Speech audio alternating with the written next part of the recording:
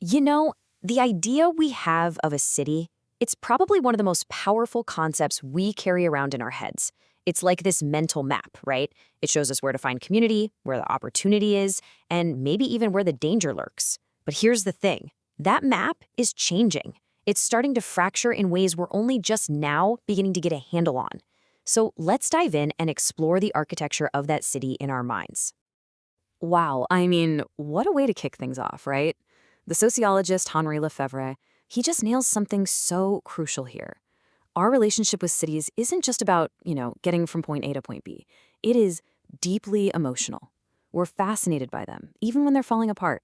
We seek out their ruins to feel something, to soothe this nostalgia for a past we might not have even been a part of.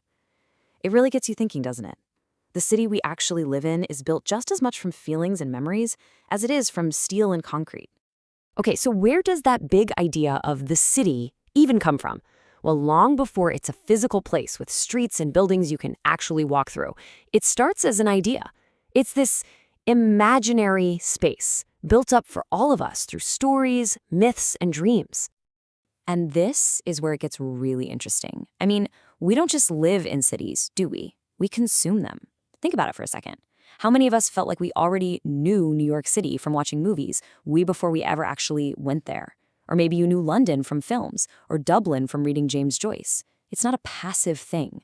The source material says these stories are actively constitutive of the city. In other words, they're not just reflecting the city, they are literally helping to build it in our collective consciousness.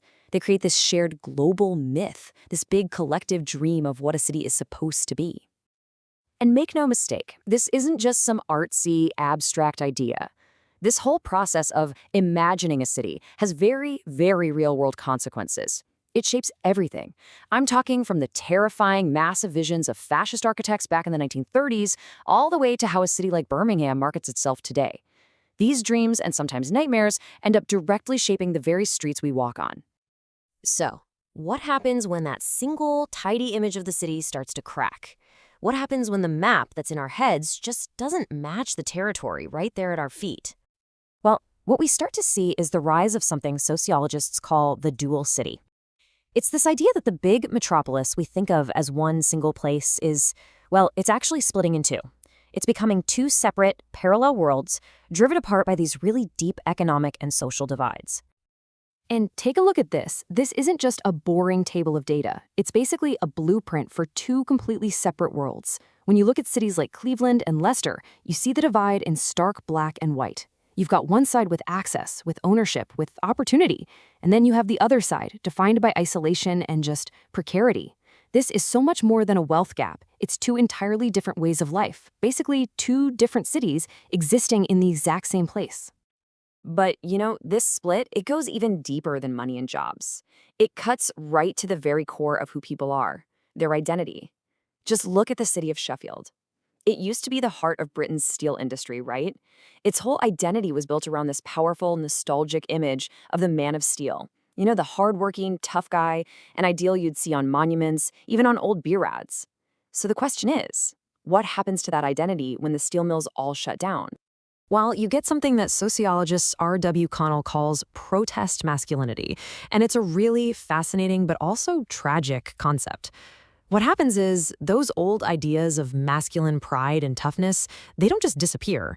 They get picked up and reworked, but in this brand new, desperate context of poverty and unemployment. The hard graft of the factory floor gets replaced by a totally different kind of graft out on the streets. And this is what that shattered identity looks like in practice. The pride of working in the factory gets twisted into something else entirely. Suddenly, grafting doesn't mean hard work in an industry anymore. It means criminal activity. Daily life gets defined by things like heavy drug and alcohol use, and this really fatalistic commitment to taking risks. It's just a direct, heartbreaking line from economic collapse right to a total transformation of what it even means to be a man in that place. Okay, but this fracturing can go so deep. I mean, it can get so profound that the very line between what's real and what's imagined just starts to dissolve. And for the most extreme example of this, we've got to go to Orange County, California. The source material actually calls it an exopolis, a place where hyperreality isn't just a concept, it's a way of life. I mean, just get a load of this quote. It was on a sign in a fraudulent telemarketing office, a boiler room.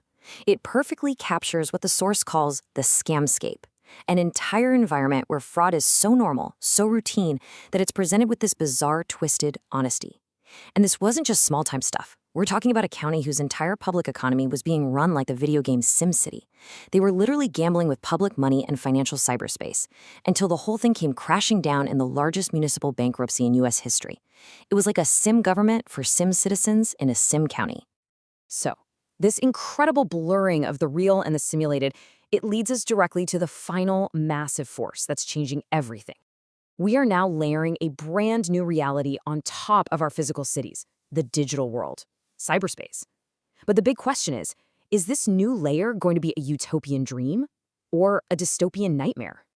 I mean, really, this is the central question of our time, isn't it? Will technology finally be the thing that saves our cities? Will it solve those age-old problems like density, crime, and pollution? Or is it just going to create new and maybe even more insidious ways of controlling and dividing us? And really, the whole debate boils down to these two totally opposite visions of the future. On the one hand, you've got the utopian dream. This is the idea that technology will finally liberate us from the physical city. We'll all live in these electronic cottages. We'll telecommute to work, and we'll be free from all the grime and hassle of the old industrial city. But then you have the dystopian vision. This side argues that technology is just going to amplify the problems we already have, creating this super polarized, corporatized world where we're all ensnared by networks we can't even control. And this quote right here, this is the utopian argument in its absolute purest form. It perfectly captures that belief in cyberspace as this infinite, endless resource. It's a new digital frontier that can always offer a solution. You know, the physical world might be limited, but in this view, cyberspace, well, it's boundless. All right, so after all that, where are we? What does this all mean? The source material suggests that we're now living in something called a post-metropolis. It's a whole new kind of urban experience, where all of those lines we used to think were solid, the line between real and imagined, between physical and digital, even between human and machine, they're all blurring together at the same time. So first off, we've seen how the real is becoming imagined. We saw it in Orange County, where the actual, tangible economy of a huge area was treated just like a video game, a simulation to be won or lost on a screen. And at the same exact time, the human is becoming technology. I know, it sounds like something straight out of a cyberpunk novel, but those boundaries we always just took for granted, the ones between biology and technology, they are genuinely starting to dissolve. And finally, underpinning this whole transformation, the physical is becoming digital. Our cities are now telemediated. That means they're not just run on pipes and power lines anymore. They're run on these instantaneous flows of data that are constantly circling the entire globe. Which leaves us with one last fundamental question.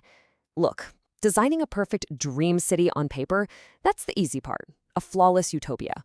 But, like the great urban critic Jane Jacobs said, rebuilding a living one, that takes real imagination.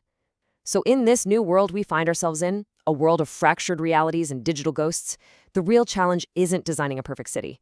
The real challenge is finding the collective imagination we need to rebuild a living one together.